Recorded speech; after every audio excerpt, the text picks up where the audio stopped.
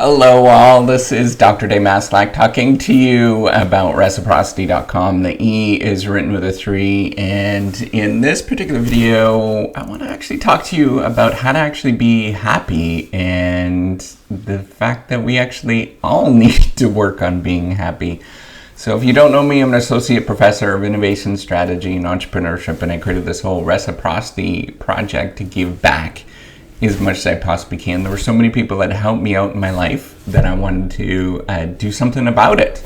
So with that, I really wanted to talk to you about this topic about how to actually be happy, because it's something that I struggle with, just like you do, even though, you might see who I am, that I am, some prestigious professor or something like that. But I struggle at that on a regular basis, and I have to constantly really work at this. This is just me trying to be as open as as I can be, so that you can see that you are totally normal. We all struggle with the aspect of figuring out how to be happy.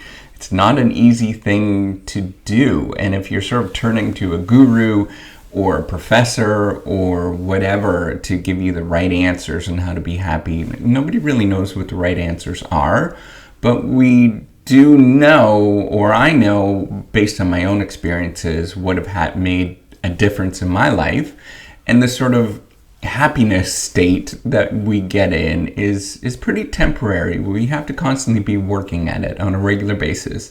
And life is all about these kind of ups and downs all the time, right? So sometimes we're feeling really good, and sometimes we're not feeling so good. A lot of that has to do with what we are engaged with the activities that we're doing, and whether our minds are wandering or not. However, a lot of it has to be based on sort of active engagement with what you are actually thinking. And there's a whole literature on sort of positive psychology, and it really does make a difference. All of this stuff really does make a difference. I've read up on a little bit of that kind of stuff. I've also read up a little bit on, reciprocity and what it means to do something for others. There's a lot of sort of elements that go on in terms of feeling happy and what it actually means to be happy. And I also follow gurus myself, because it really does make a difference to get some of this stuff. So what do I know in terms of feeling happy? As a professor, it's difficult to be happy in many different ways, right? We're always having this sort of social comparison. The profession is pretty intense. I see a lot of people that are unhappy in my life and in my surrounding, both the students that I run into and also other professors that are around. But I don't know whether this is just me projecting onto them my own state that I actually have, and there's sort of lots behind that. We don't really know what is going on behind that, but these are the kind of things that help you and help me in terms of dealing with happiness and sort of making myself feel better going forward. And I have to practice this every single day. That's one thing I want you to sort of acknowledge, is that a lot of this is practice, where we have to engage in sort of trying to feel happy and really get towards that feeling of feeling happy. Whatever that is, right? So I'm talking about, what I mean by happy, it's not necessarily the sort of affective state that you're in where you're sort of in bliss, but it's just that you have sort of a calm peace inside of you, and that you are accepting of yourself. That's probably more of my definition of what happiness is.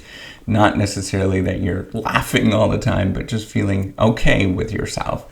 And that's important to think about with happiness, because it doesn't necessarily mean you have a sort of very positive, effective state at all times. It just means that you're okay, and you are not going down that sort of negative wandering thoughts or spirals that we all get. We all struggle with those kind of things. So for me, in terms of becoming happier, and again, I'm not an expert on happiness. I don't study this absolutely every day.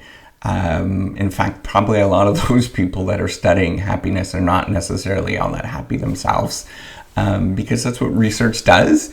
But I want you to sort of engage in what I'm trying to say in terms of what I've learned to become happier, as much as I can. It's a struggle for all of us. Okay, so enough about that. So the first thing is really sort of focus on the sort of little things in your life, right? So do things like saying good night, saying good morning, smile.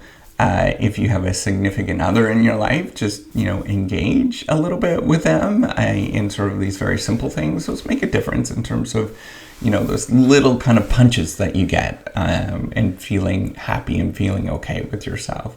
The other thing is to really focus on trying to bring other people in your life that are positive and that keep telling you positive things. So I listen to all sorts of, positive podcasts, for example, or, YouTube channels that I really like, that are engaging in terms of making me feel happy and making me feel okay with myself. And that really does help in terms of maintaining that constant state of reflection and gratitude that make you feel a little bit happier, right? Where you are engaged in wanting to give other people some happiness as well. The other thing is, practice laughing. Really trying to make that as part of your life. So this is wherever you get that, right? So if you like watching a sitcom and it makes you giggle, well, then watch that. I love Modern Family. It kind of makes me giggle. It's kind of a silly show. Whatever it is that makes you happy and makes you laugh and smile. I listen to comedians.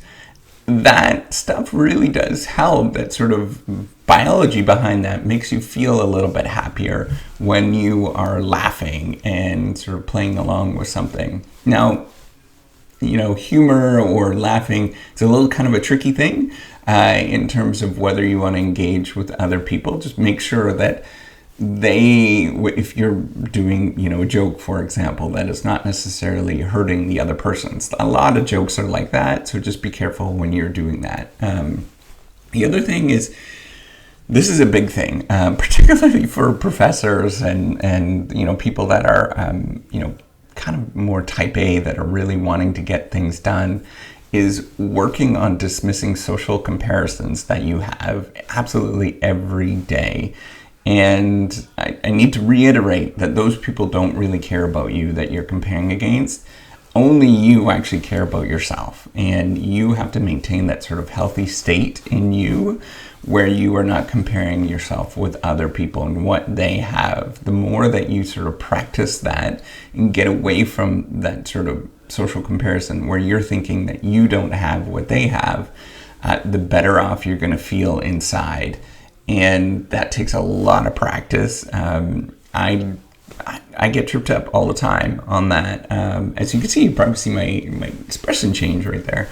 It is something that is tricky, and we all deal with this. But just know that you can work at it, and it will, over a long run, it gets better. It doesn't necessarily go away with the social comparisons that you have. So if you're kind of comparing yourself in high school, that those feelings are going to exist when you're 20, those feelings are going to exist when you're 30, and it doesn't matter what profession or what you're doing. Maybe even if you have millions of dollars and you're the CEO of a large corporation, and everything seems to be a beautiful spouse, all that kind of beautiful house, all that kind of stuff, you're still looking at somebody else that is at a different sort of state in their life and saying, well, why can't I get that? Or why can't I do that?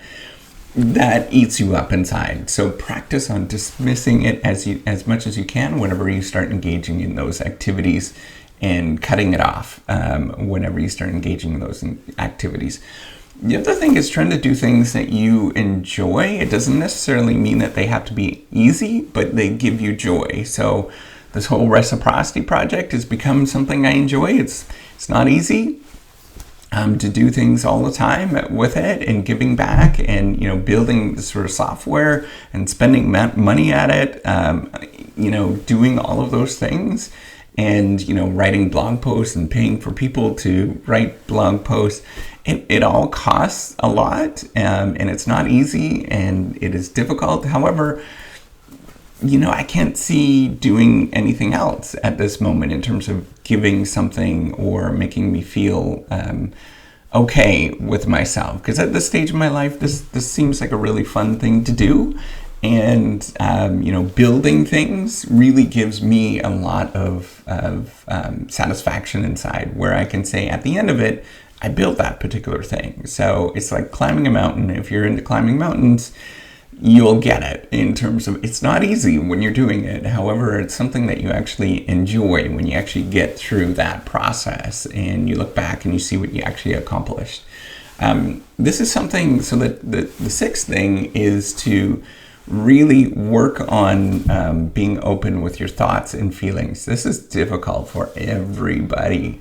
And the more of some traits that you have, so personality traits that you have, the more that you're likely going to hold things in. So I find this one really difficult in terms of being open and not being afraid of what other people are going to say about me or what I actually do. I worry about that all the time. But the more that you're open with those thoughts and feelings, the less pressure you have inside, right? So if you've had bad experiences and you're sort of carrying those things, just talk about them, however you might actually talk about them. If you're in a family and you're dealing with kids that you don't see eye to eye with, have a conversation with them and really work at that. It does sort of get better, but it's a ratcheting process, right? So every time you get a little better at it, there'll be other things that you're going to have to work on. So just keep doing that as you are sort of working at this and realize that it's going to happen. And you just get better and better. And hopefully, the process makes you feel a little bit better and better. Although it's a ratcheting process. So our expectations continuously increase as we get better with this as well. So don't feel bad if that actually happens, if you made the time to invest in it. And you start feeling like that, well, I'm getting really good at this, but I'm not seeing any progress. Just keep working at it. That's part of life, that we have this sort of ratcheting of expectations over time, that it really does, our expectations just keep getting higher as we meet those expectations. And this is a natural part of learning and a natural part of being a human being and operating in this world. Another thing that has been really helpful, although it's headache every once in a while, is get a dog or some sort of companion. For me, that's been really nice. I got my dog Izzy and Carly. It's a pain because you are going to have to take them to the vet and do all of those kind of things, clean up messes once in a while, which give you a little bit of stress. But overall, it kind of really is nice and soothing to have a dog or some sort of companion that helps you out. That's why they have these companion animals that go into elderly communities, for example, because it does make you feel nice to have a dog around and you can sort of pet them and they're really into you. It's just like having somebody that's just really into you all the time is a really good thing for you and for your ego.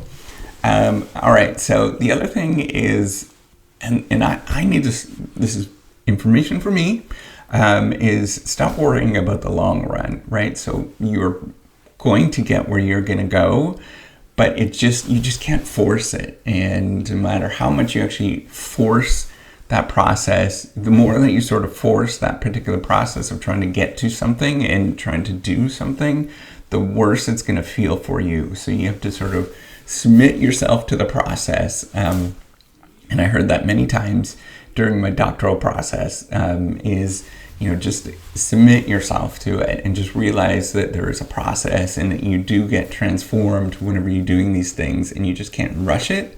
And I know it's kind of a tricky thing to hear, but just stop worrying about that particular long run. Just keep doing the thing that you're doing and good things will happen.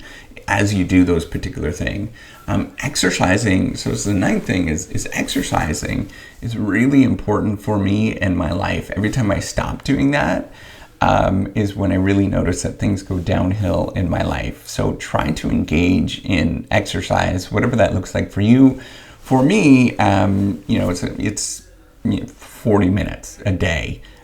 For you, it might be 20 minutes a day, but getting that exercise where you feel like you're engaged, wherever it is. I like to go outside, but not everybody can do that, or not everybody likes that. So just try to exercise, whatever that looks like. It's going to help out in terms of all this stuff up there.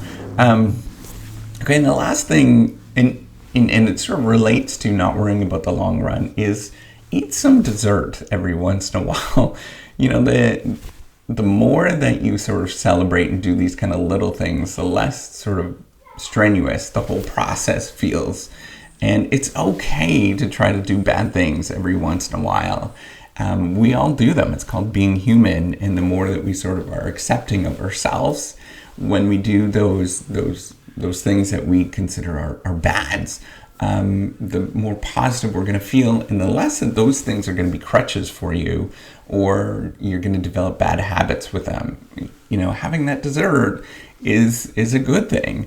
It really does make you enjoy life a little bit more. So it's a matter of how much you have, right? If you have too much dessert, it all starts tasting terrible and you start developing bad habits and stuff. But if you have too little, you start fascinating about it, and it becomes like this sort of really weird thing in your life, right? You have this weird relationship. So having that balance is a really helpful sort of thing to do in way to actually deal with things in your life. So with that, that's all I wanted to talk about with how to be happy in your life. And I want to acknowledge at this moment, nobody's perfect with it. It is all challenging, and we all struggle with this every single day.